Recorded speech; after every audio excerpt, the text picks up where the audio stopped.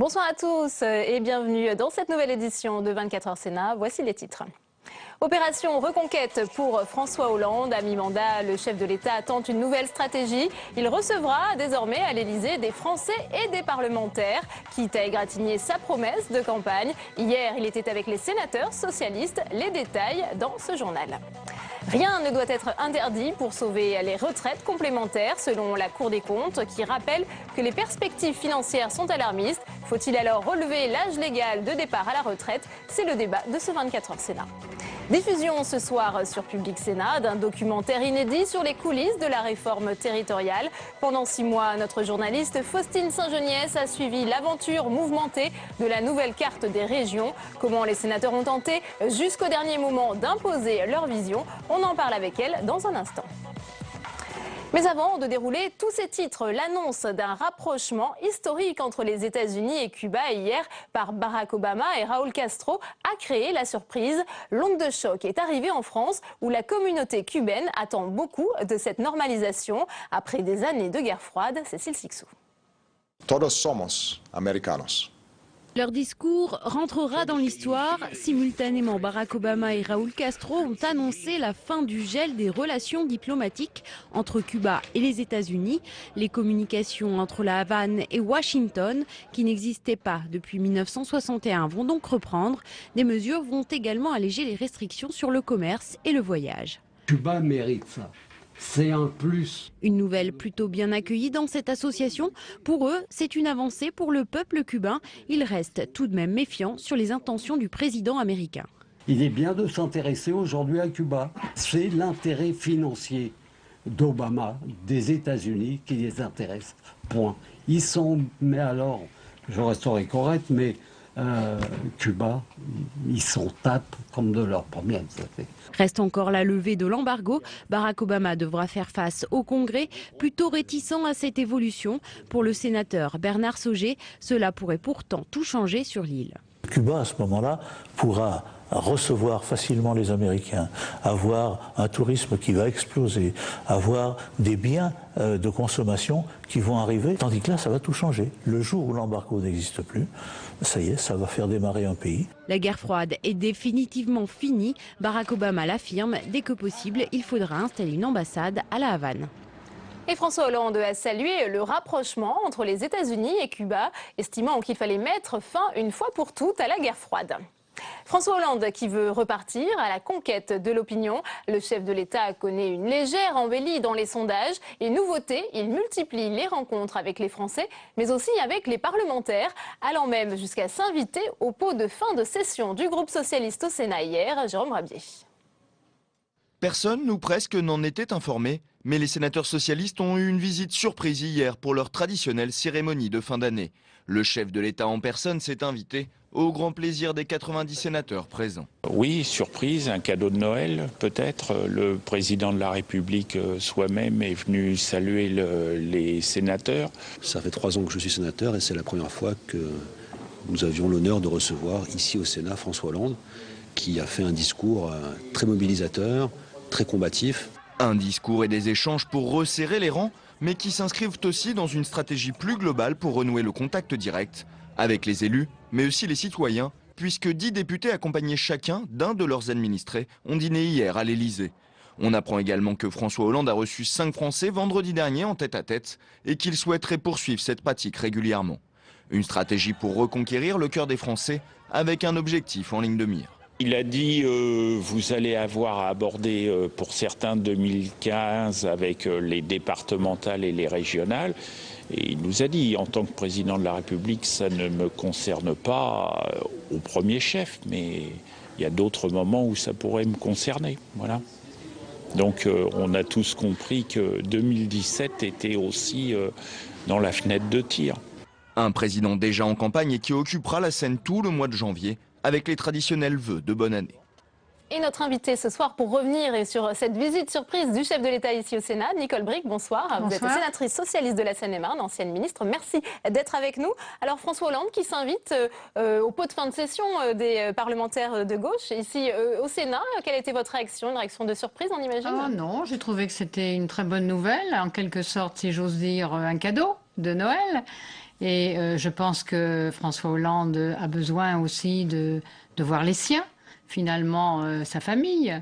Et puis je veux y voir une marque de considération pour le Sénat et puis l'opposition sénatoriale que nous formons, nous, groupe socialiste. C'est vrai, on a entendu dans la bouche de Philippe Kaltenbach un discours mobilisateur. Le Sénat, qui a basculé à droite en septembre, avait besoin de cette visite, de ces propos mobilisateurs du chef de l'État? Moi, je crois que c'est une marque de confiance. Il compte sur nous. Il va y avoir des grands textes de loi. Il compte sur le soutien que nous lui apportons d'ici, du Sénat, et de faire entendre la voix de la majorité qui le soutient ici, dans cette Assemblée. C'est un bon message. Est-ce que c'est une sorte d'opération reconquête, ces visites aux parlementaires? On sait que après avoir été au Sénat, il est parti à l'Assemblée et à l'Élysée aussi. Il a reçu des députés et puis il va recevoir aussi des Français à l'Élysée. Je trouve ça très bien. Ça montre que le président est attentif à la fois à la vie des parlementaires qui le soutiennent et en même temps à la vie des Français qui peuvent ne pas toujours être contents. Et puis ces paroles redonnent du sens à l'action et de la perspective.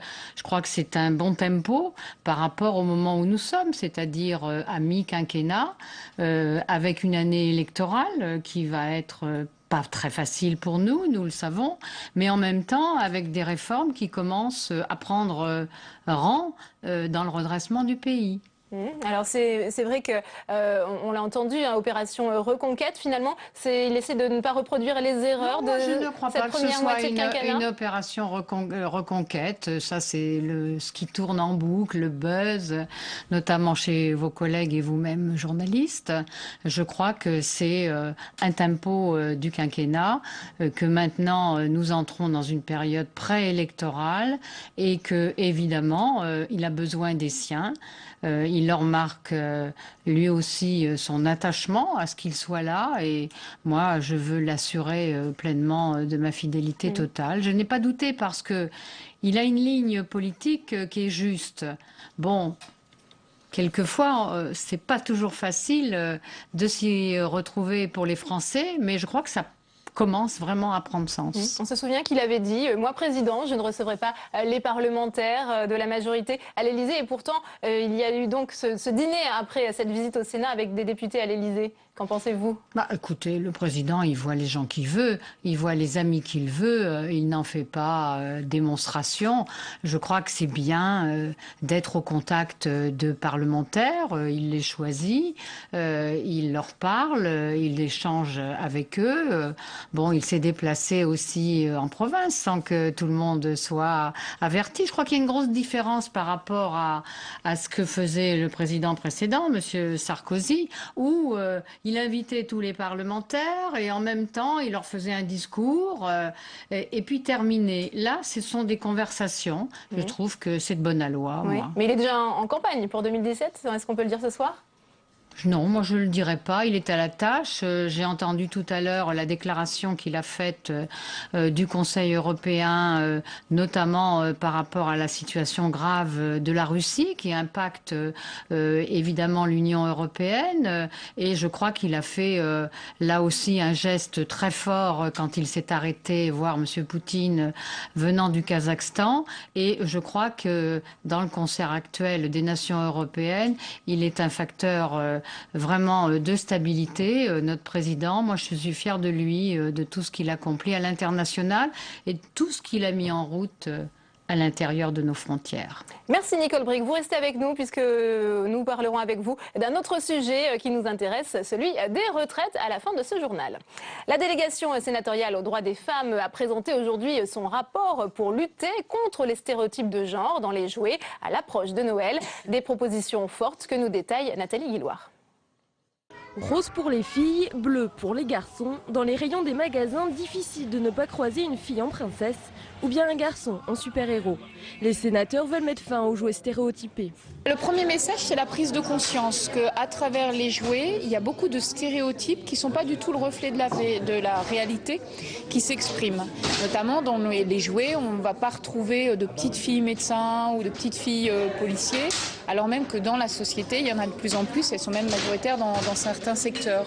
Alors pour lutter contre les stéréotypes, les sénateurs ont formulé des recommandations comme instaurer une charte de bonnes pratiques pour les fabricants de jouets et les distributeurs, attribuer un label pour les fabricants exemplaires, créer un site internet où les parents signaleraient les plus mauvais élèves, c'est le système Name and Shame.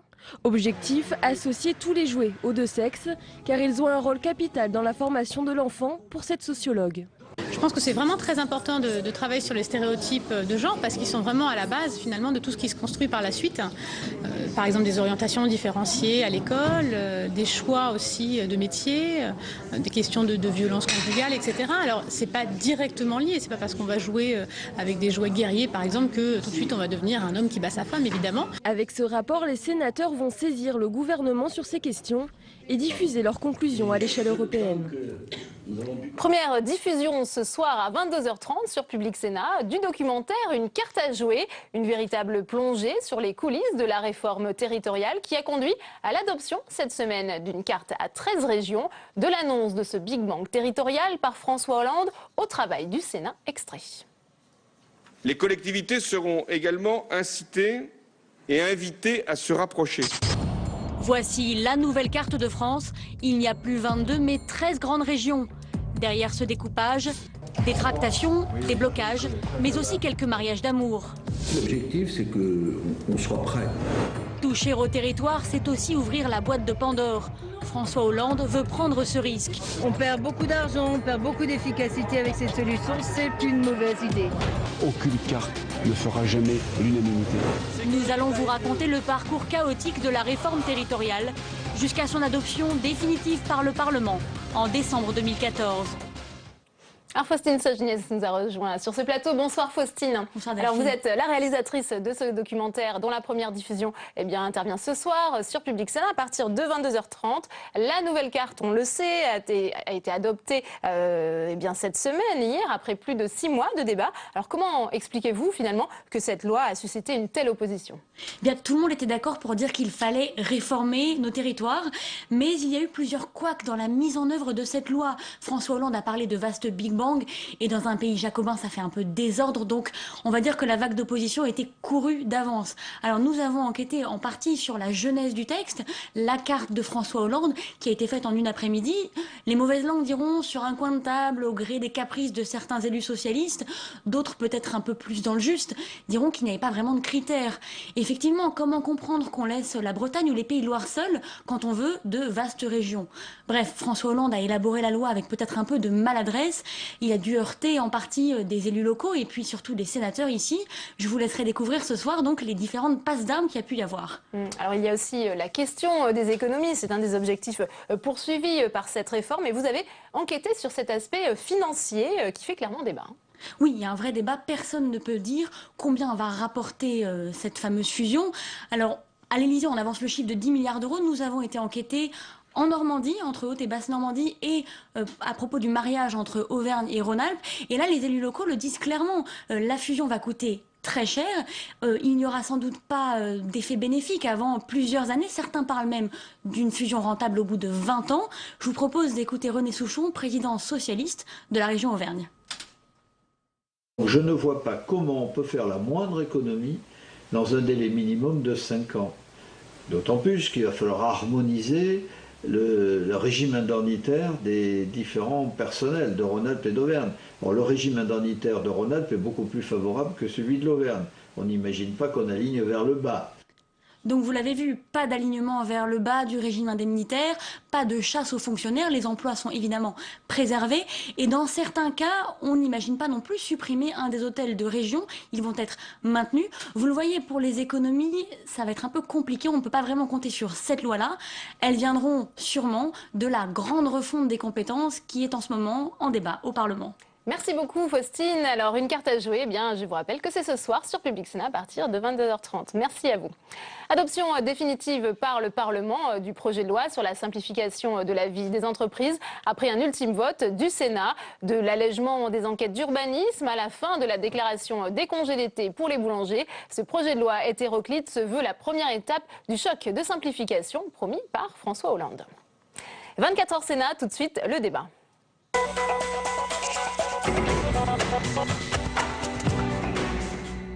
La Cour Cour des comptes relance le débat sur l'âge légal de départ à la retraite. Dans un rapport qui avait fuité cette semaine dans la presse, les sages recommandent de reculer de 62 à 64 ans l'âge de départ. Pauline Dame.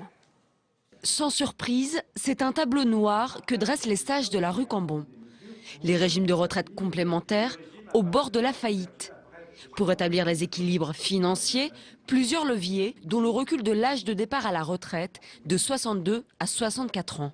Il y a les cotisations, il y a les pensions elles-mêmes, il y a les bornes d'âge, il y a les économies qu'on peut faire en gestion. Voilà, ils sont sur la table. Ensuite, la proportion de l'un, de l'autre, ça n'est pas à la Cour de présenter une proposition. Les retraites, un dossier explosif revenu à l'ordre du jour cette semaine. Alors que le Conseil d'orientation des retraites tape sur un équilibre financier en 2025, le ministre du Travail, François Rebsamen, sème le trouble quant à la durée possible de cotisation. S'il faut progressivement, c'est d'ailleurs prévu dans la loi Hérault, allonger la durée de cotisation, eh bien nous le ferons puisqu'il est normal, je crois, que quand la durée de vie, l'espérance de vie s'allonge, on allonge proportionnellement les durées de cotisation. Mais côté gouvernement comme côté syndicat, on ferme la porte à l'idée d'une nouvelle réforme des retraites avant 2017. Ça fait un an que cette réforme elle a été votée. Donc il est trop tôt pour évidemment repartir sur une idée de réforme. Pour la CGT, c'est non.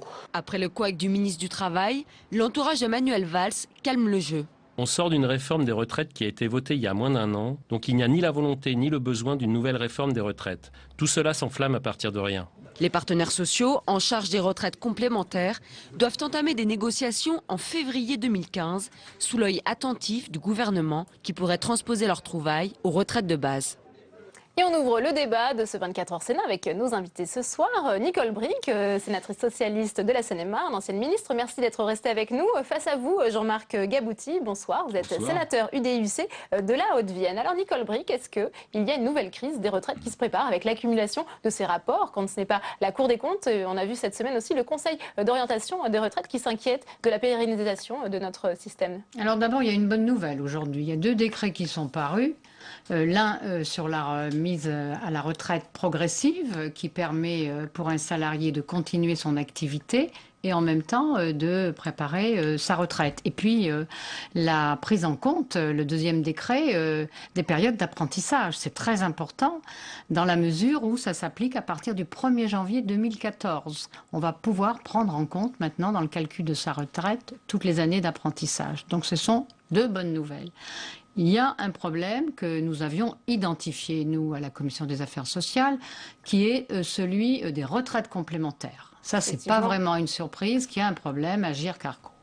Et là, le gouvernement a demandé aux partenaires sociaux qui gèrent de présenter des propositions d'ici le mois de juillet. Là, il y a une difficulté réelle. Après, il y a les rapports du corps, parce que le rapport du corps, du comité d'orientation des retraites, nous dit que finalement, on peut arriver à l'équilibre et surtout, il démontre aussi, ça c'est intéressant, que la réforme de la précédente, là, celle d'il y a un an, qu'a conduite Madame Marisol Touraine, portera ses effets et qu'on partira plus tardivement à la retraite. Voilà. Donc voilà, vous êtes d'accord, il n'y a pas besoin d'une nouvelle réforme des retraites avant la fin du quinquennat. On va poser la question. Pendant le quinquennat, il n'en est pas question, mais moi je me souviens du grand débat que nous avons eu. On va poser la question c'était Éric Woerth, et que tout le monde, dans tous les rangs, dans tous les bancs du Sénat, nous étions convenus qu'il faudrait une réforme, nous disions à l'époque un mot savant, Nicole Bricq, systémique. on va faire réagir Jean-Marc Gabouty. Donc alors pensez-vous qu'il faut une nouvelle réforme des retraites avant la fin du quinquennat? Écoutez, il faut probablement se préoccuper des retraites et assez longtemps à l'avance, avant que tombe sur nous le creusement des déficits de la branche IS. Je crois qu'il y a 2 choses dans les retraites. Il y a les principes d'équité. Et effectivement, la loi de 2014 a été généreuse dans un certain nombre de domaines et c'était plutôt pas mal sur ce plan-là. Mais derrière toutes les mesures que l'on peut prendre en termes d'équité, de souplesse, l'apprentissage qui compte sur le principe, c'est effectivement bien. Derrière ça, il y a le problème du financement.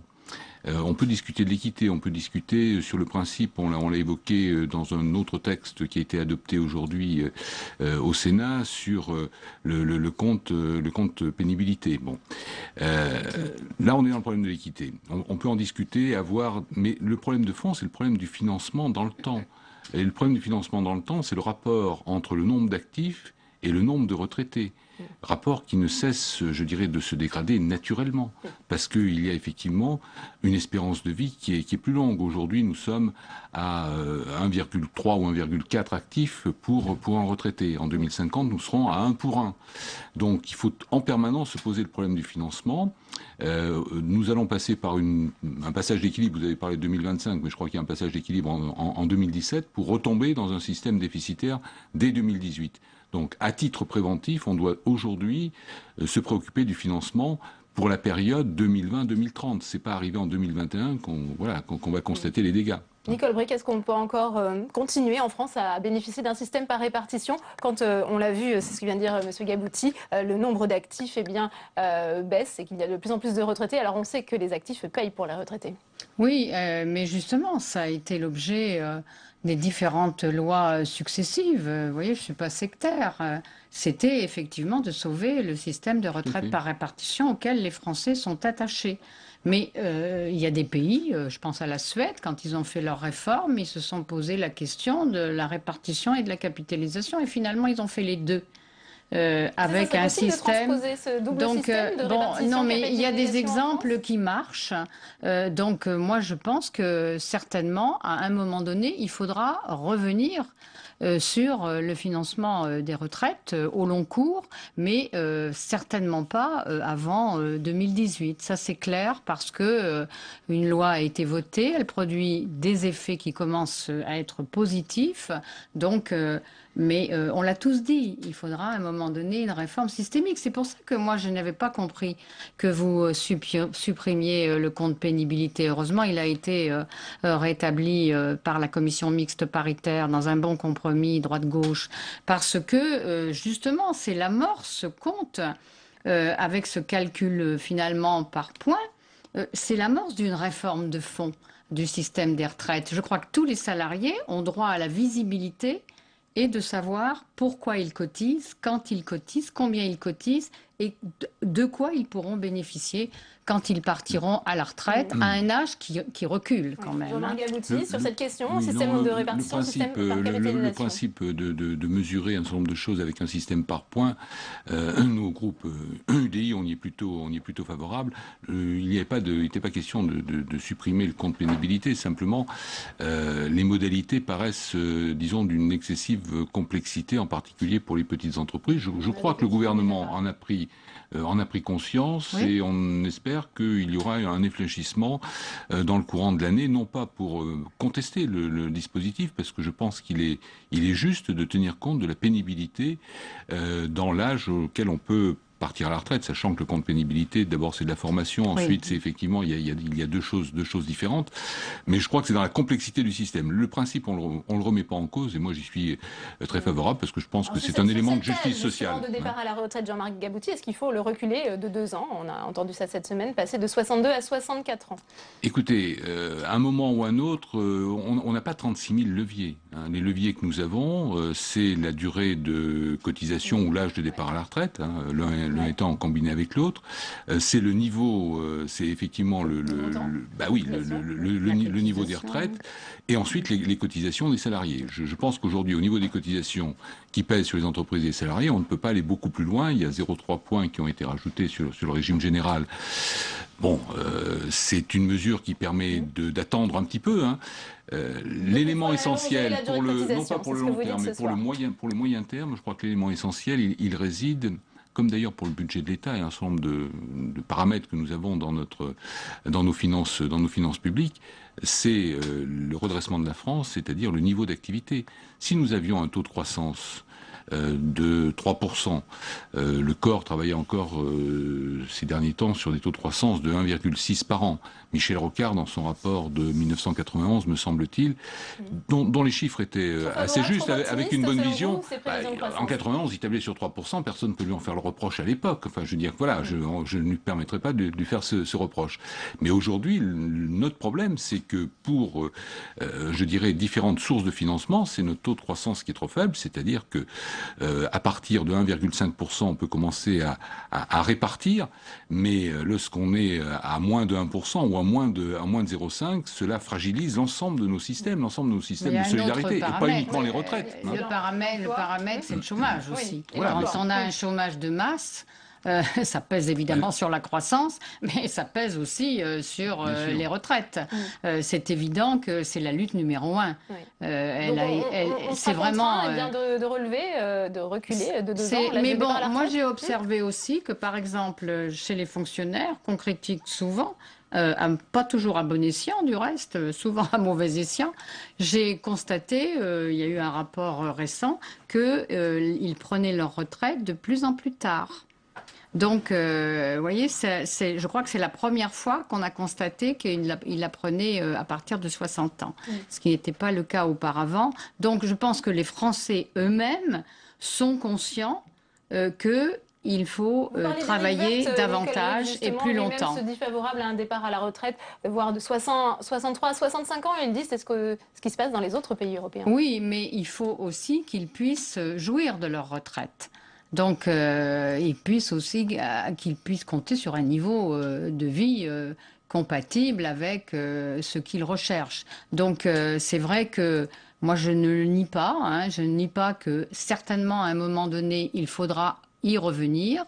Pour l'instant, on peut dire que le corps, qui est quand même reconnu dans ses avis, est optimiste, bon, notamment par rapport à la croissance, mais nous avons tous intérêt à ce que la France se redresse et qu'elle reparte en France et en Europe, parce que un des facteurs essentiels, on le sait, c'est de faire baisser le chômage. Mais la croissance, à partir d'un certain niveau, fait baisser le chômage. En dessous de 1%, c'est pas possible, sauf par des dispositifs d'insertion qui ont leur utilité sur le plan social, mais qui ne pèsent pas effectivement dans le dispositif. Moi, je crois qu'on sera amené à assouplir l'âge de départ à la retraite, et la prise en compte de la pénibilité peut effectivement être une variable d'ajustement, parce qu'il y a des gens qui peuvent, de par la profession qu'ils exercent, et peuvent avoir envie aussi, on voit bien que des gens qui sont à la retraite reprennent parfois des activités, travailler plus longtemps et travailler à un âge plus avancé, et dans d'autres professions qui ont été particulièrement pénibles et éprouvantes sur un plan physique, on ne peut pas repousser, même si la durée de vie, l'espérance de vie augmente. Donc on sera amené à avoir plus de souplesse à l'avenir, à mon sens, dans l'âge de départ à la retraite, qui sera sans doute augmenté, mais il ne peut pas être augmenté de manière uniforme pour tout le monde. C'est pour ça que le compte pénibilité, c'est une bonne mesure. Sur le compte pénibilité est une bonne mesure. Nous, on contestait les modalités. Parce qu'elle prend en compte la diversité des situations. Et vous savez, les chiffres sont là, c'est terrible. Un ouvrier, il jouit bien moins longtemps de sa retraite qu'un cadre supérieur. C'est pas normal. Eh bien, merci à tous les deux d'avoir été les invités de ce 24 heures Sénat. C'est la fin de cette édition. Merci à vous de l'avoir suivi. Demain à 19h, vous retrouvez Paul Bouffard pour le dernier 24 heures Sénat de l'année 2014. Très bonne soirée à tous.